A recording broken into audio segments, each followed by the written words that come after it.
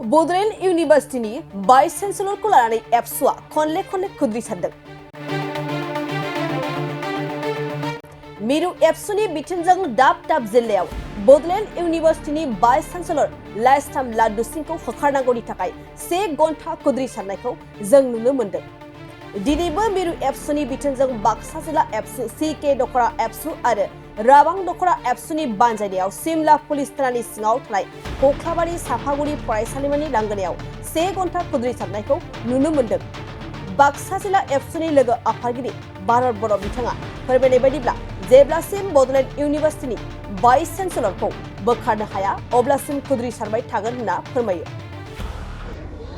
दिनै बाक्सा जिल्ला दुलाराय बर' फरायसा आफादनि बानजायनाय लोगोसे सीके दख'रा आरो राबां दख'रा एबसुनि जथाय बानजायनायाव केसि कलेजाव दिनै बड'लेण्ड मुलुगसोलोंसालिनि vice chancellor professor Laishram laddu सिंहखौ बिथांनि पजिशननिफ्राय सासपेन्ड खालामनांगौनि बोखारनांगौनि थाखाय धरना हाबाफारिखौ लादों।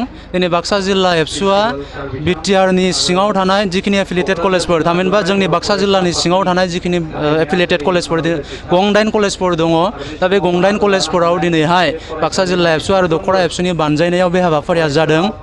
जों मिन्थिगौ जे थांनाय माखासे सम सिगांनिफ्रायनो प्रफेसर लाइस्राम लाडु सिंहआ जोंनि नायल' जाल' बिटिआर ओनसोलनि गंसेल' मुलुगसोलोंसालि जाय बड'लेण्ड मुलुगसोलोंसालि बेवहाय भाइस चेन्सेलरनि पजिशनखौ लानानै सिस्टेमखौ खंख्ला खालामगासिनो दङ। बिथाङा माखासे आनरुल खालामदों, बिथाङा कारापसन खालामदों, बिथाङा फ्रड खालामदों, बिथाङा चिटिं खालामदों, जोंनि फरायसाफोरनि भबिष्यतखौ लानानै बिथाङा गेलेदों। दा बेखायनो बिथांखौ पजिशननिफ्राय बोखारनो थाखाय सासपेन्ड खालामनो थाखाय जों खनले सरकारखौ गभर्नर बिथांखौ आरो आसामनि अथराइज माखासे इन्स्टिटिउसनफोरखौ खावलायहरदों, मेम'रेन्डाम गथायदों। दा दुलाराय बर' फरायसा आफादा थांनाय 20 आरो 22 जुलाइ खालारावबो बड'लेण्ड मुलुगसोलोंसालिनि मोखाङाव धरना हाबाफारिखौ लादोंमोन।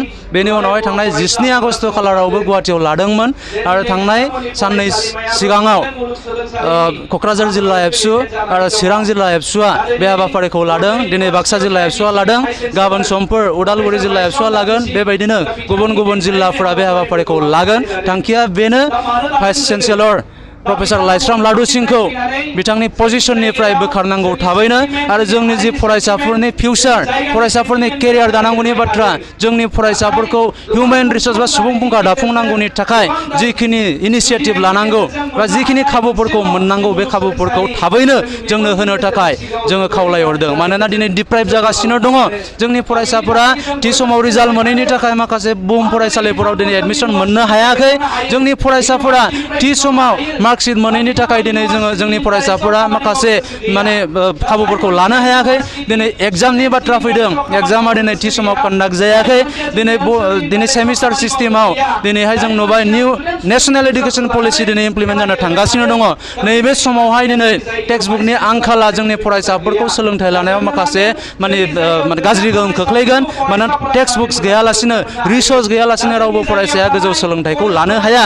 बेखायनो बड'लेण्ड मुलुगसोलोंसालिनि सिङाव फरायसाफोरनो थाबैनो जाहाथे टेक्सट बुकनि आंखालखौ सुफुंनो थाखाय माखासे राहाफोरखौ लायो, बेबायदि गिदिरथार माखासे इस्युसफोरनि थाखाय दिनैहाय भाइस चेन्सेलर लाइस्राम लाडु सिंहखौ बिथांनि पजिशननिफ्राय बोखारनो थाखाय जोङो खावलायहरदों। बिथाङा जों मिन्थिगौ कारापसन खालामदों, बिथाङा एन'मेलाइज खालामदों, बिथाङा फ्रड खालामदों, चिटिं खालामदों। बेखायनो बिथाङा थांनाय बोसोरसे सिगाङाव जिहेथु मोनसे सेलनि गेजेरजों बिथांनि सायाव इनभेस्टिगेसन खालामनाय जादोंमोन आरो बे इनभेस्टिगेसननि गेजेरजों बिथांखौ चिफ मिनिस्टारनि vigilance cell, director of anti corruption बे सेलआ बिथांखौ एरेस्ट खालामदोंमोन। दा प्रिभेन्सन अफ कारापसन एक्ट 1988 नि 13A आरो 13(2) बे दफा मथै बिथांखौ 1 बोसोरनिफ्राय 7 बोसोरसिम जेल जाहोनायनि बाथ्रा दङमोन। नाथाय बिथाङा दिनै बेबायदि एसेबां गिदिर मोनसे गाज्रि हाबा सिस्टेमखौ खंख्ला खालामसेयावबो बिथाङा दिनै फिन आरोबाव थांनाय मास मोनसे सिगाङाव लिभ लानानै थानायनि उनावबो नै देग्लाय बे मासनिफ्राय गावनि पजिशनाव आरोबाव फिन जयेन जाफिननायनि जिखिनि खाबुखौ मोनबाय, जिखिनि खाबुखौ बिथाङा लाफिनबाय, बे जोबोरैनो दुखुनांथाव बाथ्रा। बेनि थाखायनो जों दिनै धिक्कार होदों, बेनि थाखायनो प्रटेस्ट खालामदों, धरना खालामदों, जाहाथे बिथांखौ भाइस चेन्सेलरनि पजिशननिफ्राय थाबैनो सासपेन्ड खालामनांगौ। बे जोंनि गोख्रों दाबि। जुदि बिथांखौ सासपेन्ड खालामा, दुलाराय बर' फरायसा आफादा दिनै बुंदों बेनिख्रुइ गोख्रोंसिन माखासे हाबाफारि लानाय जागोन। दुलाराय बर' फरायसा आफादनि भाइस प्रेसिडेन्ट खोरोमदाव औवारि बिथाङा दाखालि बुंदों क'क्राझारनि बड'लेण्ड मुलुगसोलोंसालिनि मोखाङाव धरना हाबाफारियाव जे बड'लेण्ड मुलुगसोलोंसालिखौ जोङो टेन्ट सोंनानै नांगौ जायोब्ला बेहायनो जोङो धरना होगोन गोबाव समसिम आरो बड'लेण्ड इउनिभारसिटिखौ ताला मारिगोन होननानैबो दाखालि खोरोमदाव औवारि बिथाङा फोरमायथिदों। दा बेखायनो फैबाय थानाय समाव जुदि थाबैनो बिथांखौ पजिशननिफ्राय सासपेन्ड खालामाब्ला बेनिख्रुइ आरो गोख्रोंसिन धरना हाबाफारि बा बेबायदि हाबाफारिया जाबाय थागोन। जोनोम सान आरो गुबुन गुबुन गाब गोनां बुब्लिफोराव खुगा गोदै खालामनो जों लुबैयो केक। नंगौ, जोनोम सान आरो बायदि गाब गोनां बुब्लिफोराव नोंथाङाबो लुबैयो केक। मोनफ्रोमबो बुब्लियाव केकआ बयखौबो मुहिहोयो आरो देहाखौ थाजिम मोनहोयो। बेबायदिनो क'क्राझार सहर डन बस्क' एचएस स्कुल र'डनि वार्ड नं 4 आव दं नोंथांखौ मुहिहोग्रा आरो थाजिम मोनहोग्रा गोथाव केक।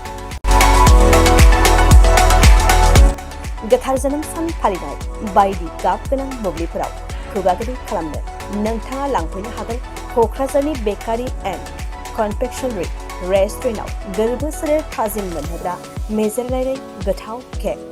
बे गोथाव मेजेरनां केकखौ जानो लुबैदोंब्ला थोंजोङै मख'नाय थंआव थांनाबो लायनो हागोन आरो बिथांमोननि होखानाय 7676135188 8860607313 आरो 8800766409 जानबुं अनजिमायाव सुला दाना बुकिं अर्डारबो खालामनो हागोन। अब्ला माखौथो नेना थाखो? जोनोम सान आरो गाब गोनां बुब्लिनि थाखाय दानो अर्डार खालाम बेकारि एन्ड कनफेक्शनारि रेस्टुरेन्टआव केक।